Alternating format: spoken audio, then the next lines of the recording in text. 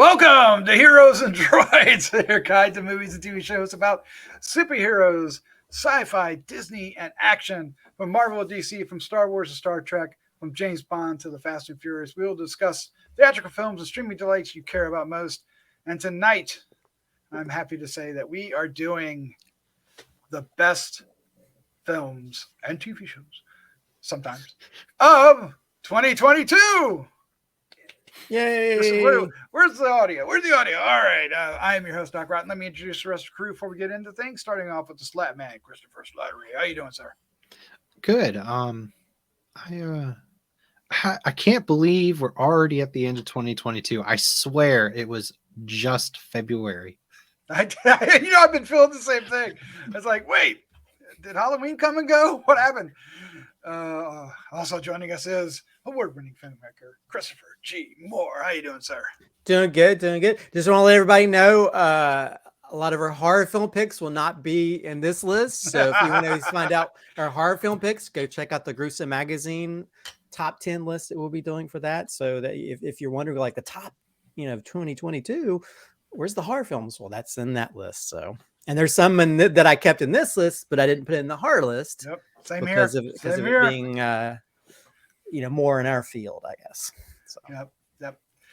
One of them I could have put, but I put here instead of there. We'll get into two of them. Two of them I put here. Two of them I put over here instead of in the horror.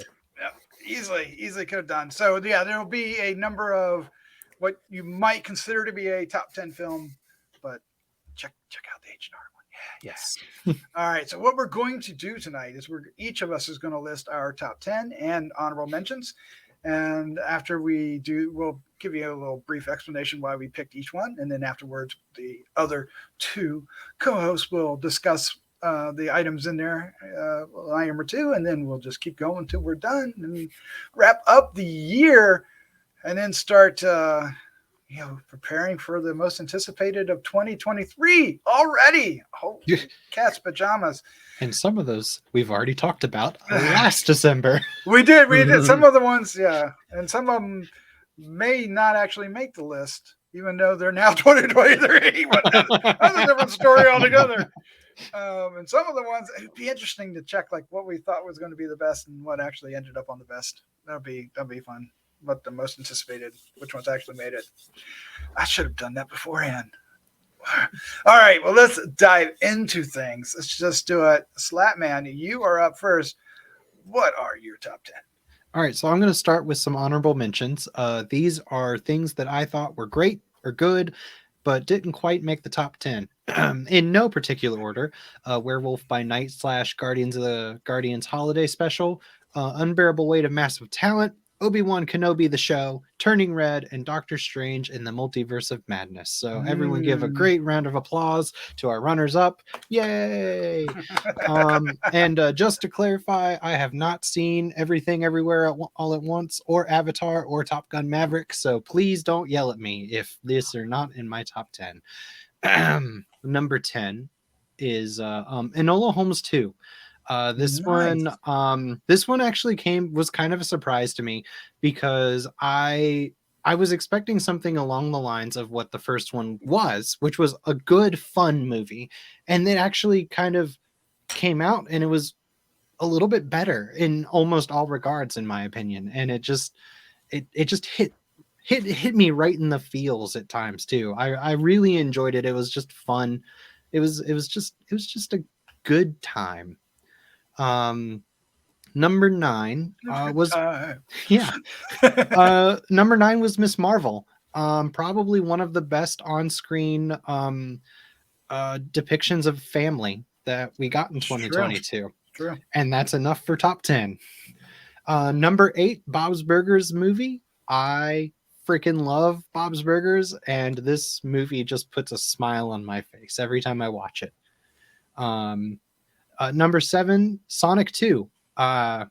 Another great sequel that took everything that was good about the first one and made it a little bit better. Tails and Knuckles were a great addition to the Sonic movies, and Christopher G. Moore, it's okay if you haven't seen them. You can still watch them, and they're still fun. Number 6 is Black Panther: Wakanda Forever. Nice. This one hit me right in the feels, and it was just fun when it wasn't hitting me in the feels. It wasn't depressing and sad. It was. It was probably the most impressive Marvel property to come out in 2022. It had I think it had the best story. It had the best it had the best tone and the best CGI too. That's a big part of it. Number 5, Andor. I loved this show. It is everything that I wanted from a Star Wars show that didn't have anything to do with the Jedi. I unapologetically love Andor, and yeah, I can't wait for season 2. Number 4, Peacemaker. Peacemaker was excellent from beginning to end. That's true. I don't really know what else to say about it. It was excellent, but it wasn't the best thing DC put out this year, shockingly. Wow. Number 3 is Glass Onion. And honestly, numbers 1 through 3 on my list could go in any order because they're all just kind of in that S tier for me. But Glass Onion was again a sequel that took everything that was great about the first movie and did a lot of things way better. And it was just a blast. It was funny. It was fun. I really, really enjoyed it. And it does so much. It does so much differently than the first movie, while also feeling so similar. And it's just a blast. Number 2 is the Batman. The best Batman property we've gotten since The Dark Knight. What was the face for? Nobody likes Batfleck. I like Batfleck. Well, I see. I do not like Batfleck. Yeah. I like Batfleck as Bruce Wayne. I don't really like him as Batman. Okay. But the Batman was phenomenal. Matt Reeves kind of hit a home run with that one, and I'm very excited to see what he does in the sequel. And number 1 is Guillermo del Toro's Pinocchio for me. I think that movie is a masterpiece of art. Like it's so beautiful. It's so well done. The message is so heartfelt and so good. They take this really annoying kid character and they really grow him to be such an excellent overall character.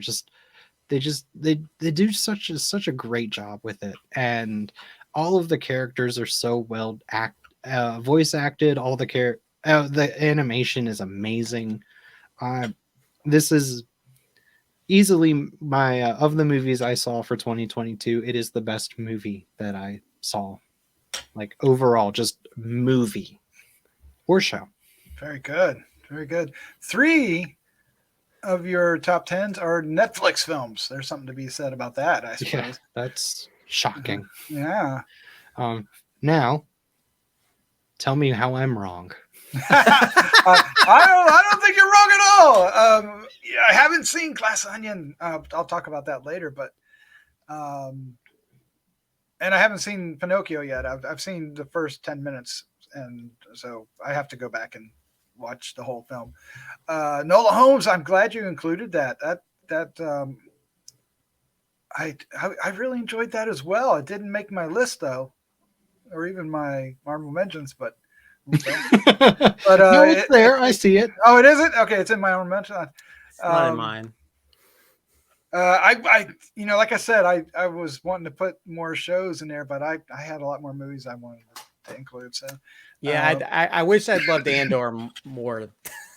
But even the season ender, I was like, if this didn't come back, I wouldn't. It's okay. It's not for everyone, and and that's fine. Oh, that's the cool thing. Is like That's a cool thing about anything. It's like just because it isn't my cup of tea, I'm not gonna get on people if they do like it. It's just for me, it wasn't. I think it's one of the most well-written Star Wars properties ever. It's also the most mature. It is what is mature, but at the same time, it's the most boring too at times. I will admit, I think that Obi-Wan and Mandalorian are more fun to watch, but I think that Andor is a better on-screen like product, in my opinion. I think that the practical sets make it look better, but to me, it sort of like takes all the stuff we used to complain of George Lucas doing. It's like, why is he putting all these politics? And they put that at the forefront. And sometimes that could be a little bit boring. But I don't know. It is kind of, it does have a dark edge to it that I really appreciate. But yeah, if I see that guy eat cereal one more time. Oh God, he was the worst part of that whole show. He wasn't. And I was like, he wasn't at first though. He became but it's like there was a moment. Well, this is probably a spoiler, but there's a moment where I was like, they better not kiss.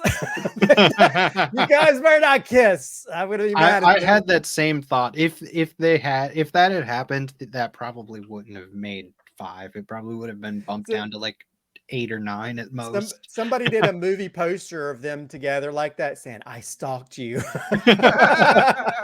Was it like the Han and Leia on the Millennium Falcon together from Empire? It was that. Well, yeah, it was a little bit like that, like a Harlequin romance picture. But yeah, but anyway, I'm glad you put Sonic 2 on it as well, because Jim Carrey. I still got to see those movies. I feel like that I'll enjoy them, but.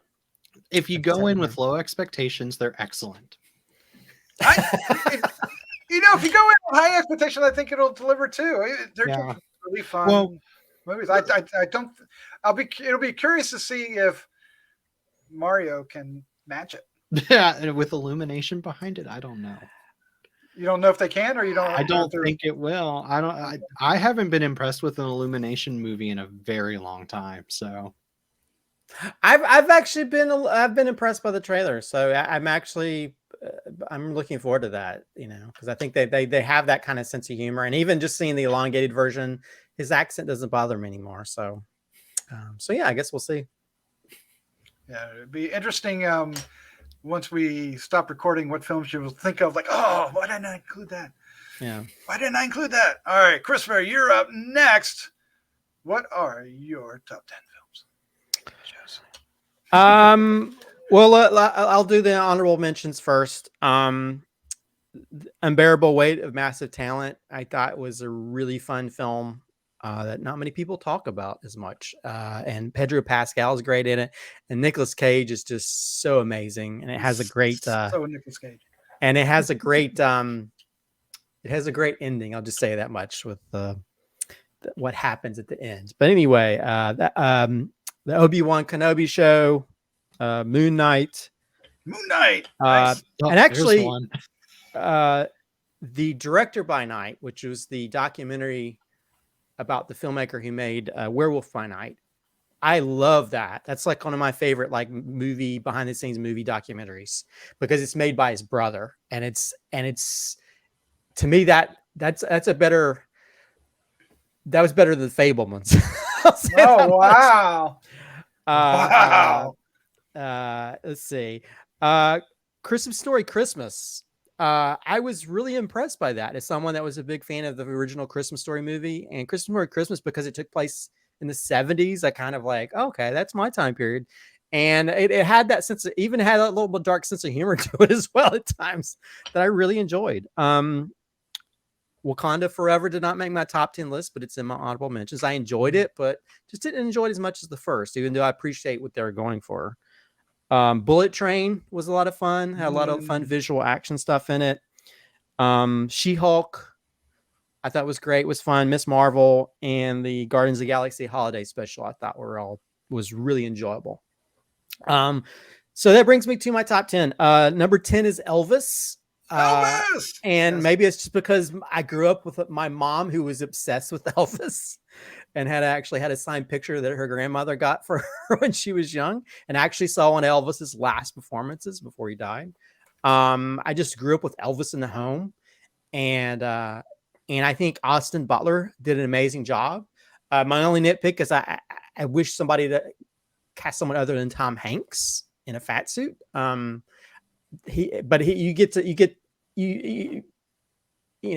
it moves along, it's not as bothersome, but he's the only irritable thing in the whole thing. But I think their attention to detail with the outfits and some of the production design stuff, how they went behind the scenes, some of the movies, it's really, even though it takes history and puts its own drama spin and stuff that actually didn't happen in his life, I really enjoyed the performance, and I enjoyed the story and just the visual flair that Baz Luhrmann does with that, and how he incorporates music, especially seeing these other versions of some of the songs done by people of color. I just thought that was really great. This probably weren't expecting this to be on a top 2 list.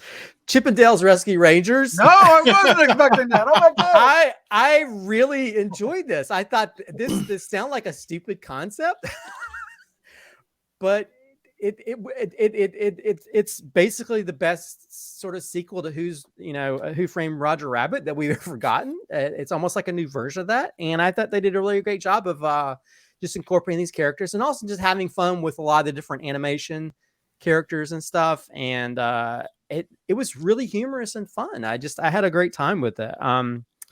Let's see. Next one's Peacemaker. I think it's one of the best superhero series ever created, and because of its sort of like, it's not made for kids. It has a very adult sense of humor about it, and I kind of like that. And also just to take a character that was really, even though he was just the a-hole character in the Suicide Squad stuff, to take him and sort of make him to like, okay, even though he's an a-hole, he's actually enjoyable, and all the different characters around him. So it's just a great series. It just makes me excited for season 2. A film I saw after you guys reviewed it, and it's a shame it never got a theatrical release, Turning Red. Who would have thought Disney would make a film that masked the fact about a girl getting her period and making it in a very heartfelt, fun way, and working in like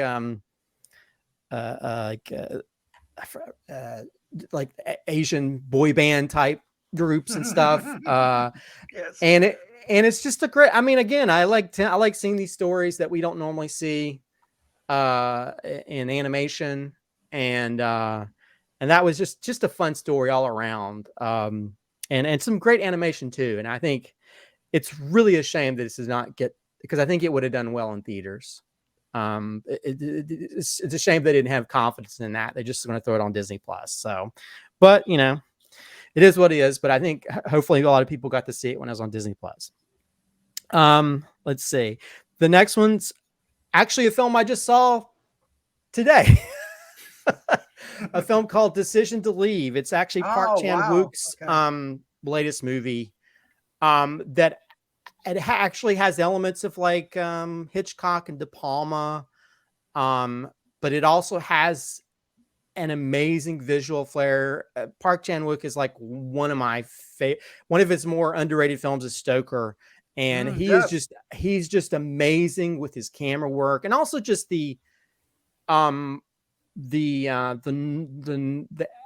abnormal way they sometimes edit scenes, but also me and I love my transitions. There's some amazing visual transitions and some amazing sort of kinetic camera work from overhead in certain scenes, and there's scenes that take place in this town where there's always mist and fog, and so it just adds this extra layer of visual flair in certain scenes.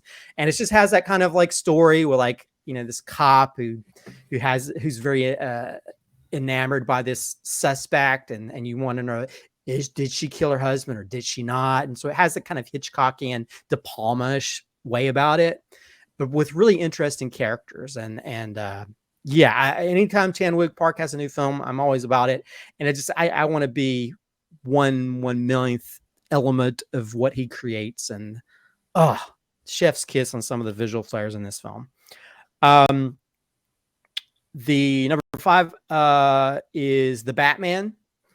I think what Matt Reeves did, again, it's like how many times we get to see a Batman movie or a different person playing Batman. But I think this has that nice kind of area between, the grittiness, but also the visual flair, how it's shot. There's a lot of practical stuff that happens throughout this movie that really works. And one of the great versions of the penguin that's ever been created, with Colin Farrell, who looks, you would not know he was in there until you found out. He's just amazing in that role. Let's see. 4 is Werewolf by Night. I would have loved to have this in our hard top 10 list, but because it's Marvel, I thought preach my love for it here. Michael, what's his name? Giacchino. I might be wrong on that. I believe that's right. Yeah. But he's known for just creating scores. He got to start making scores, and if you go watch Director by Night, you see that like when he was growing up, he was making his own films, and he had a great love, for werewolves and Werewolf by Night, and so he got to make this project. And because it's a lot of it's shot in black and white, so it feels like those classic horror films, and it has that classic horror feel, but also the contemporary edge to it. And how they did some of practical stuff. Like there's a scene where the transformation, where the flashing lights and you see the shadow on the wall, that's all done practically. That's not CGI. So just the attention to detail with this, and it's such beautifully crafted and well made, and production design. And if Marvel does not create some restaurant that looks like parts of this movie, they're going to be wasting their time. Number 3, it's going to be on here. Doctor Strange and the Multiverse of Madness. It's going to show up on there. It's one of my new favorite Marvel films because Sam Raimi sort of brought his horror style to this world, and even has a little cameo by Bruce Campbell. And it kind of pissed some people off because of the horror stuff with the whole superheroes that get killed off in that one scene. So and there's a lot of Evil Dead stuff in this that just hit me perfectly, where it's like, oh, I'm loving every part of this. And that's why I saw it several times in the theater. So I love this film so much. It's pretty much my favorite Marvel film at this point. Number 2 is Guillermo del Toro's Pinocchio. Joe Dante said on his Movies That Made Us podcast that this is the best use of stop motion animation since King Kong, and I agree. We've seen the new I haven't watched new live action Pinocchio that has Tom Hanks in it, but it looks horrible because it's just basically the same story we've seen over and over and over. But it's Del Toro.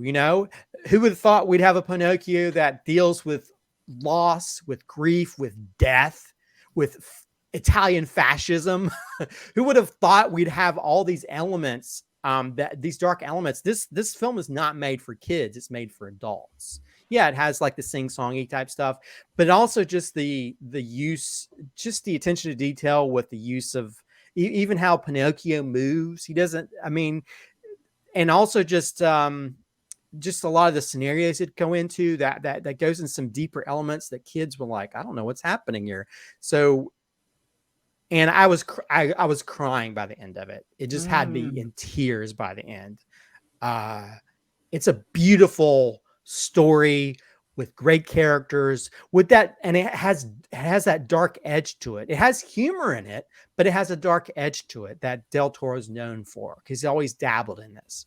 So this definitely feels a companion piece to a lot of his other stories that he's told. Because he deals with a lot of these stories with kids and death and that kind of stuff. And so this is perfection. This is one of the best stop motion animated films ever made, in my opinion. And last but not least, one of the big surprises, one of the best multiverse movies ever made, and that's Everything Everywhere All at Once. Yes. The Daniel brothers are amazing.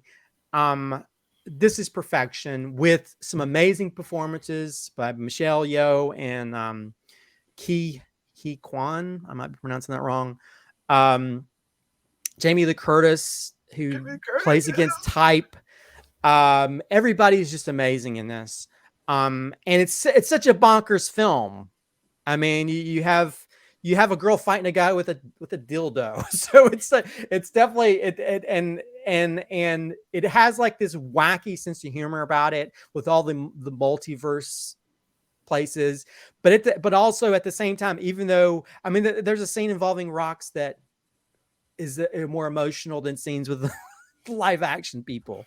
So it's really a beautiful film with a real heart to it, a beautiful story that made me emotional watching it, because it talks about like how we're all trying to find our purpose in life, you know, and we always have those what ifs and like, what if my path took this, or what if I did this, or would my life have turned out differently, you know?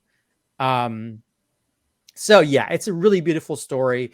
It's visually really well told. And it's one of the most original, interesting movies I've seen in a very long time. So that's my number one. Excellent list. A number of surprises on that list, sir. Yeah. Well, you know, it's yeah. I mean, I feel kind of bad that Wakanda got a little bit in my honorable mentions, but it just didn't hit me the same, I guess. But yeah, at the same time, it's like it is all about the entertainment value and how it sort of tells its story. And there's some that are kind of like, even though it might be a little bit wackier, like Chip and Dale Rescue Rangers. Dale's is a huge surprise. I really feel like I feel like it's a new generation of like Who Framed Roger Rabbit for me. It really does a great job in sort of like just having fun with things and going places you don't really expect, you know, and also just having an adult sense of humor about it as well, you know, that Who Framed Roger Rabbit had. Yeah, and I know if you had seen Glass Onion, it would be in your. I know for a fact it would be in the top 5 somewhere. I know for a fact, and I think that's the only thing I'm kind of. And I don't know if Top Gun. I was never really a big fan of the first one, so I don't know where Top Gun would fall if I'd seen that. But Glass Onion, I know for a fact it was going to be probably in the top 3 somewhere. They probably would have knocked some things off. I'm not sure if I don't know. It might have knocked everything everywhere, because I love. You know, I love Rian Johnson. I love his writing. And just from what I've seen in the trailers, it looks so entertaining. And I've heard so many great things about it. It really goes for more, has more humor in it, I guess, than the first one. And the cast looks great. So I'm kind of disgusted that Slattman got to see it and we didn't. I know, that's so weird. It's like, but I will be seeing it soon and letting my thoughts be known about how I liked it. So that's the only thing I kind of regret. I wasn't able to see it, but I was in Puerto Rico, so I couldn't get to see it. So. I mean, Netflix did a weird thing. They put in the theaters and then yanked. You know, they only put it for 1 week, but they refused to extend it, even though theaters were asking for it. They could have made some money off of this. Well, it does, because now everybody's got to go to Netflix, and you know they need the numbers. So maybe could have made. They could have made a lot more money. Yeah, they could have, because I mean, you know, they paid a lot of money for the Knives Out movies. They do. So why don't you milk it in the theaters? But yeah, I guess they want those views, but at the same time, it's not like they're getting paid per stream. Yeah, and theaters in my area were sold out, like everything but the front row. Like, yeah. I couldn't make it that weekend. It was just a weird weekend, and then of course I never got another chance. So it was like, well, poop. I wanted to see it really bad, but I'll be watching it this weekend. I guess over Christmas, it'll be one of the. I know I will. Yeah. All right. And apparently they did the same thing with Pinocchio. They did a very limited run theatrical release, and people were begging them to do a more extended release, and they just refused to. And it just they definitely want to put them in for a week so they can get nominated Oscar for buzz. Awards. Yeah. I had looked at that, but the Alamo only played it at specific times. So it just I couldn't work out, because I really wanted to see it on the big screen. I usually like to see Del Toro stuff. Yeah. But it wasn't even at a theater near me. It sucked. Oh wow. Well, this year was full of films that should have been in the theater and didn't make it, And then full of films that were in the made it theater and shouldn't have. Yeah. Strange World, Oh, stop. Lightyear. Yeah, they should have traded Turning Red and Strange World, but that's a different story. All right, let's see what my list consists of. This will be freaky. All right, so start off. I haven't seen Top Gun Maverick, Glass Onion, Babylon, which I'm really eager to see, and I'm hearing good things. I'm hearing mixed things, but I'm hearing a lot of good things.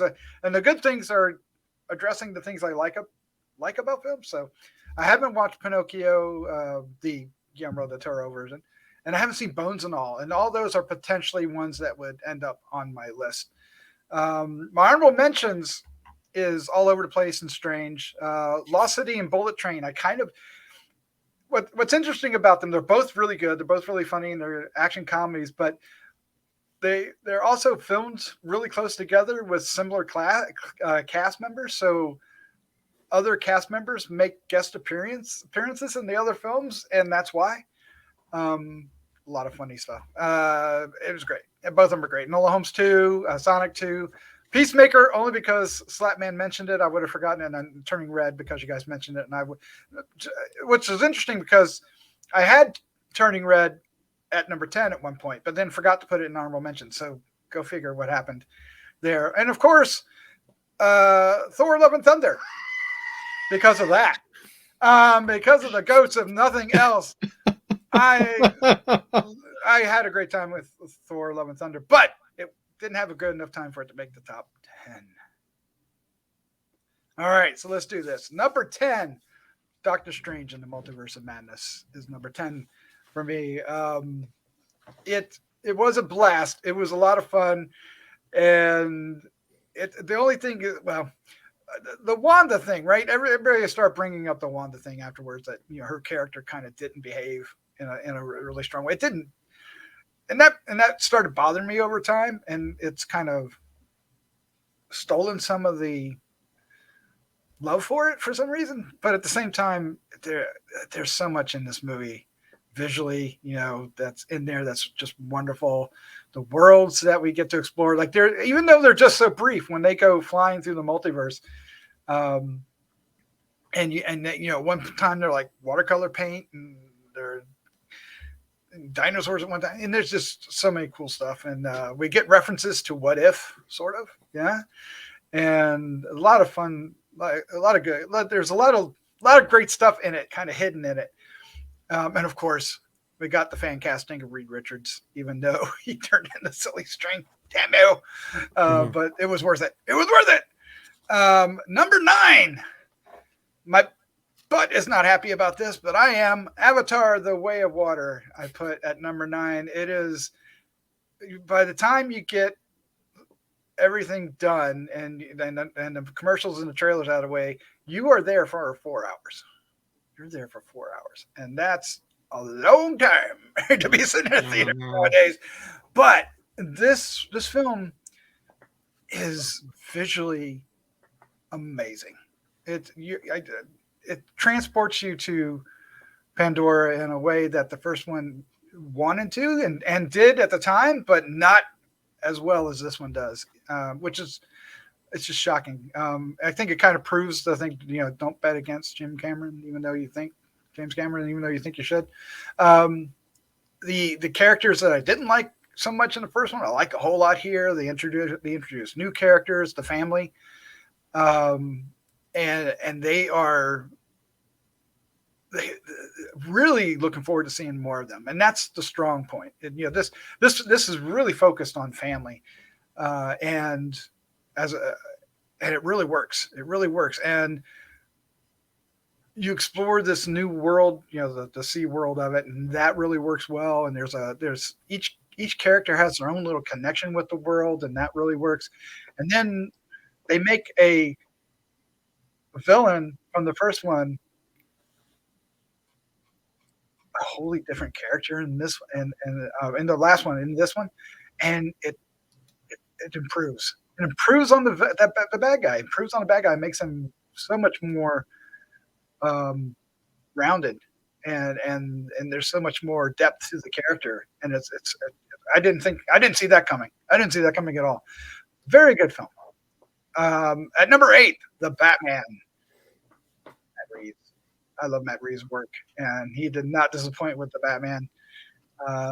Yeah, you mentioned the Penguin, but the Riddler too was an incredible version of the Riddler, and Gotham, and has maybe one of the best car chases in all of history of cinema. And there's a lot of really good car chases in cinema, but yeah, I was thrilled at the Batmobile chasing around in this one. It was quite fun. Number 7, The Unbearable Weight of Massive Talent. What can I say about this movie? It's just so bonkers. That he's playing himself, and then he's also playing another version of himself that he imagines, and it all makes sense somehow. And then it's just, and it does end in a great way. The ending, you mentioned it, Christopher, and I forgot about that. But yeah, the ending of it is fantastic. It's just like Nicolas Cage. Fans love him, right? But I don't think he gets the respect he deserves in Hollywood. And this is not necessarily a Hollywood film either. I think it's an independent feature, I believe, right? Or just a larger independent feature or mid feature. Yeah. But he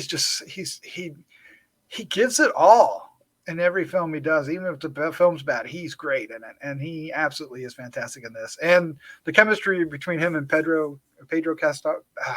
Thank you. Is unique and wonderful to watch, and it's a kind of a buddy picture in that way, in a weird way for them, and enjoyed that as well. Number 6, this one could have been on the horror list, and that's Violent Night, but it's basically Die Hard in a way, and a couple other action films.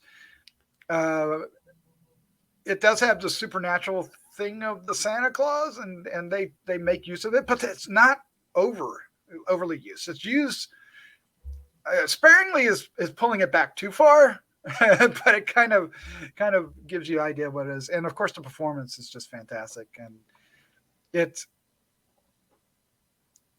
had heart, which I wasn't expecting, and it's a fun film. Definitely one I'm going to watch every holiday season. Number 5 is, this is the one that I paired together because they're similar, and I hope, and the reason why I put them together is I hope Disney Plus does more of this. I think this is actually something that could give us a lot of exploring the Marvel universe without having to go 8 weeks or 6 weeks or whatever to do it. And that's the specials. And they did Werewolf by Night, and they did Guardians of the Galaxy holiday special, even though I misspelled it on my notes. It's funny. And both of them were so well done. They were so well done, and they, the Werewolf by Night is probably, I would argue it's the best thing they've done on Disney Plus, even better than the Guardians of the Galaxy. And there's reasons why Guardians of the Galaxy is nipping at its heels, and I'll get to that. But Werewolf by Night, just the way they approached it is fresh, and they didn't the black and white, but they still do have a little color in it, and all the practical effects. Even the man thing was, a lot of it was practical, even though it was enhanced by CGI. But there are shots of the suit and everything. It's, oh my gosh, definitely want to see more of this, and definitely want to see the director do more of Marvel stuff, because he has a great eye for composition and shots and a love for cinema. There's a love for cinema that kind of breathes in his film. In this film, I call it a film, but it's only 50 minutes. But and then the Guardians of the Galaxy, 2 words, 1 name, Kevin Bacon, one and all. But Drax and Mantis doing their thing really was wonderful. Their chemistry is bright and funny, and the comedy was great, and the songs were fantastic, and the whole Christmas idea was, you get right behind it, and I thought they did a great job. And I want to see more of this type of content. I do want to get the series, but I want to see more of these peppered in between, just to kind of get us from one big series to the next, and then give us some of these in between. Number 4. Sorry, I didn't mean to spend so much time on number 5. Number 4, Black Panther, Wakanda Forever, is really, oh my God, such an emotional film. And it's hard to watch that film and not cry because the emotion is so real and so raw for obvious reasons that it just comes out of the screen. And some of the performances are amazing. And Namor, they realized Namor. I love the spin they put on that character. They didn't keep the character like it is in the comics, but yet they did. They just kind of spun it in a new way. And it's sometimes those things can kind of rub me the wrong way as a longtime Marvel zombie, but with Namor, it did not. I love the new approach to Namor, and I want to see more of him. Number 3, Elvis. I thought this movie was so amazing. And was it Austin Butler? Did God, it is transformative what he did. By the time the movie was over, I forgot that he wasn't Elvis, because at the end of the movie they shift from him to Elvis at the song that they plays, and I was like, oh shit, that's right, he's not Elvis. There's Elvis. Like, oh my God, I totally believed he was Elvis, as the movie went on. And it was just so well made. And the way they staged everything, they recreated everything. Sometimes we get the whole song, sometimes we just get like little snippets. All of it works. It's a little bit neck breaking pace. The whiplash going because there's they actually could have almost concentrated on each little area of this and made full movies if they wanted to. There's so much stuff in his life, but the music, the background of the music, where it came from, is just so vivid. And just like the hound dog part, like alone, just hearing the original being sung, and then his, it's just like, oh man, I just love it. And I was a kid,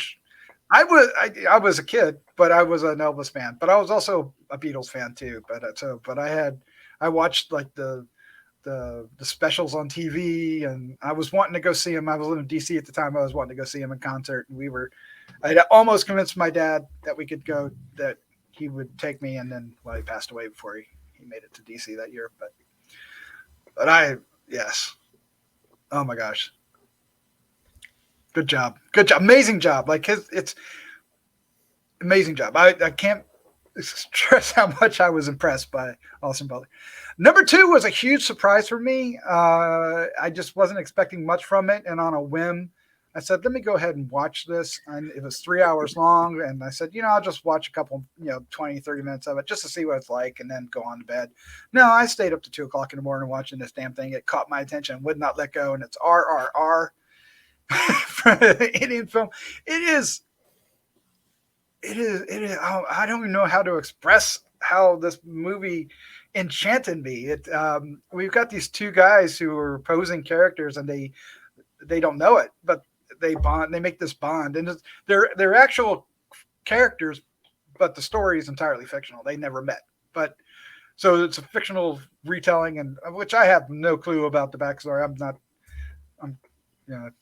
I'm ashamed. I don't know anything about it, but anyway, their bond that they make is it's such a great bromance between them, and the action is amazing. The song that's in the middle of this is incredible.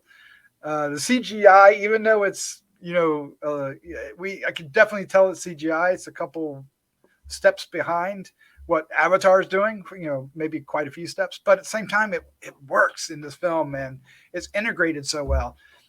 I loved RRR and recommend it highly. At number 1 was also a big surprise, although I was kind of thinking it might be this good, but I didn't expect it to be this high on my list, was Everything Everywhere All at Once.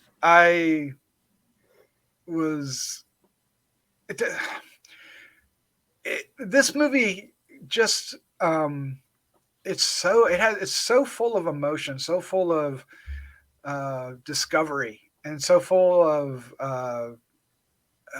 you know, it's just full of wonder, and the actors capture it all, and there's like these weird flashbacks or flash sideways or whatever, from the same characters and how they act in different worlds, like with the sausage fingers or the hot dog fingers, Yeah. and how all these other worlds end up making allowing our character to succeed in her own story. It's so well done, so well conceived, and so well acted. Michelle Yeoh, awesome. Jamie Lee Curtis, awesome. And what was the fellow's name again? From I think it's Ki Kwan. I think. Okay. He needs to be in everything now, everywhere. I know he's going to be, because I think it's even Loki, right? Loki season 2. Mm-hmm.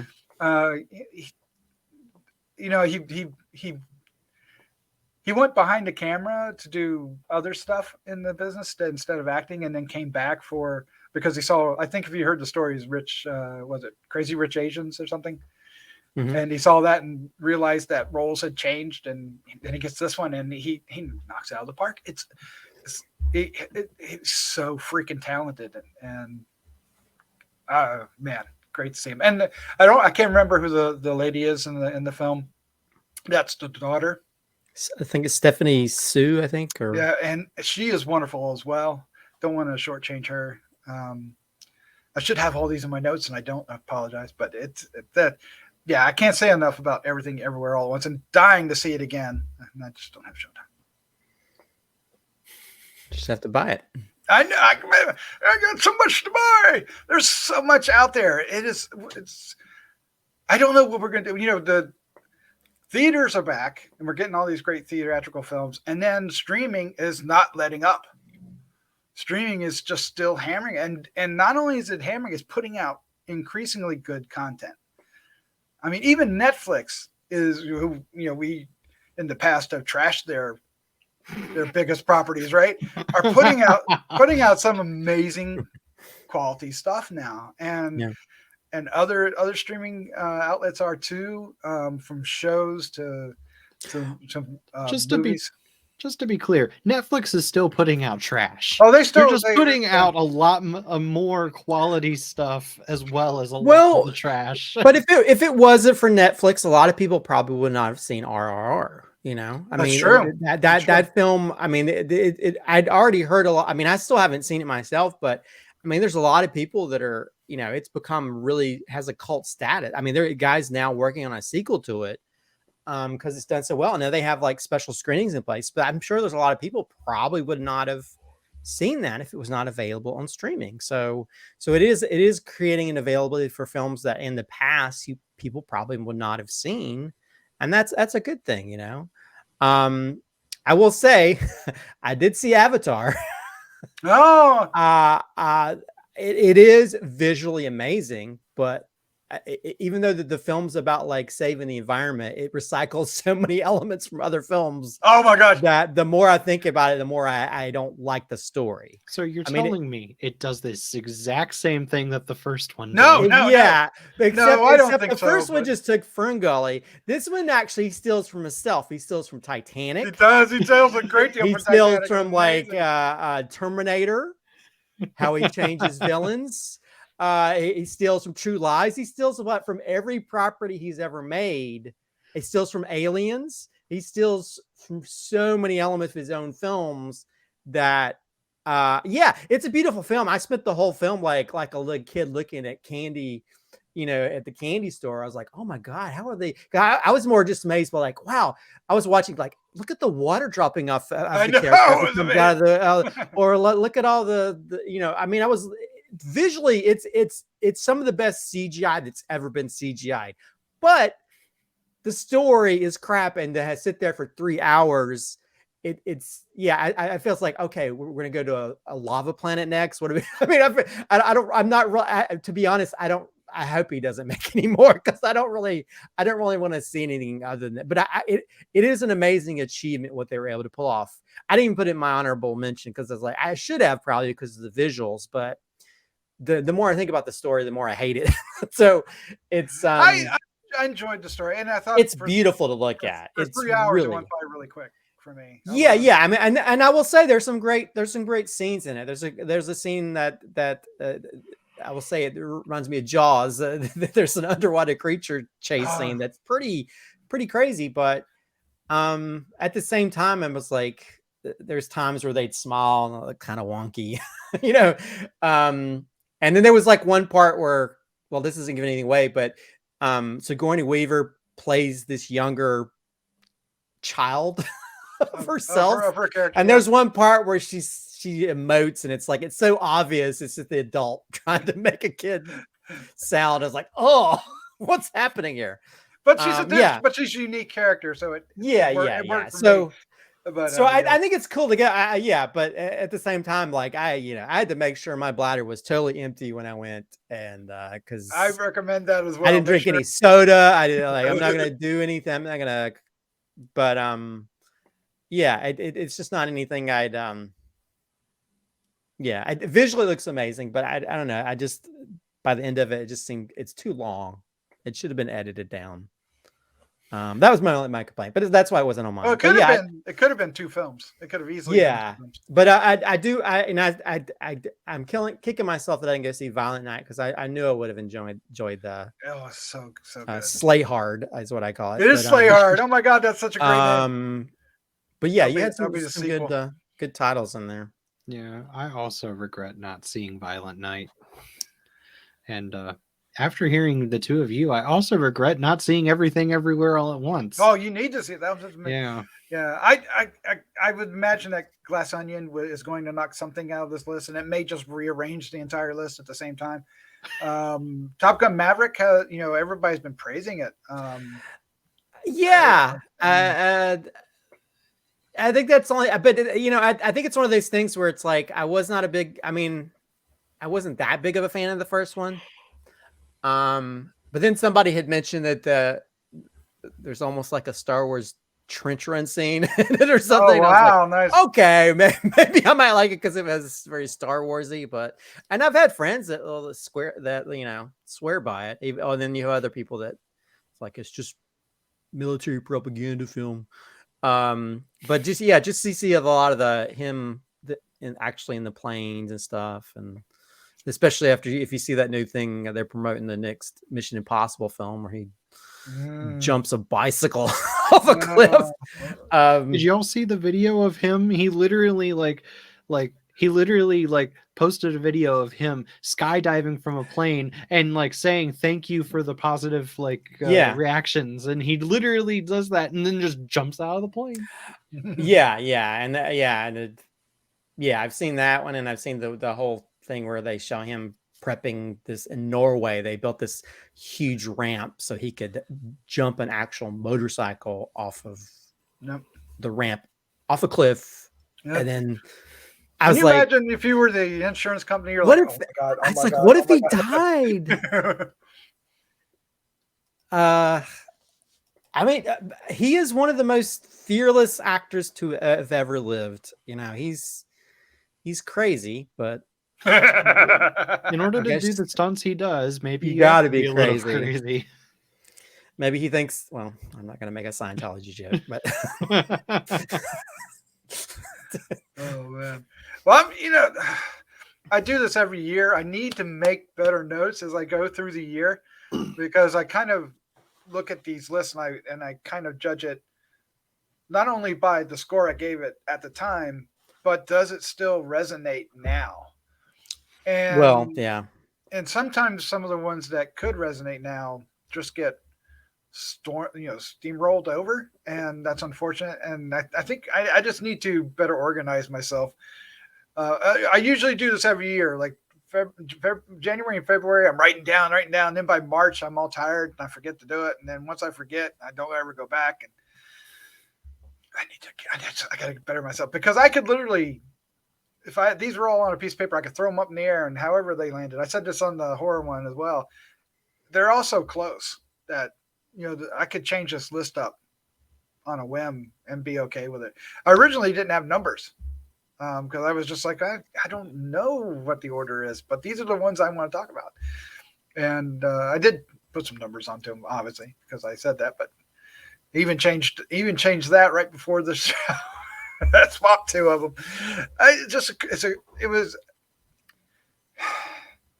It was a great year, but even though we're talking about, you know, all the superhero and Disney stuff, horror won. Horror had so much better stuff. Yeah. As a whole, just so much. Yeah, there were some great horrors. Almost too much. Well, and I think that's why I wanted stuff that I normally would have probably thrown in the horror. I wanted to just save it for this so that I have things, you know, that within this, because I mean, it's because Werewolf by Night, Doctor Strange, and Violent Night could easily have been in the horror section. No, you know, Morbius didn't make either list, so hey. I mean, well, I think if we did or Venom for different type of list, it might have showed up on that. Might have. We would have had Morbin time on that list. Morbin time. Oh no. Oh wow. All right. Well, there you go. That's our list for 2022. Join us in a week or so for our most anticipated for 2023. And it's already a huge list. Oh my gosh. How are we going to whittle that one down? I don't know. It's amazing. But let us know what you think of the top 10 and what are your top 10s in the comments down below. And of course, if you enjoy this and like our show, please hit the like, subscribe, and share with a friend. We greatly appreciate it. And Christopher Slattery, thank you for joining me. This was a lot of fun. Always is. So yawn. Answer with a nice little audible yawn. Just kind of over 2022 now. Gotta go start prepping for 2023. Take a 2-week nap before you start going. All right. All right, let's say good night. Good night. Good night.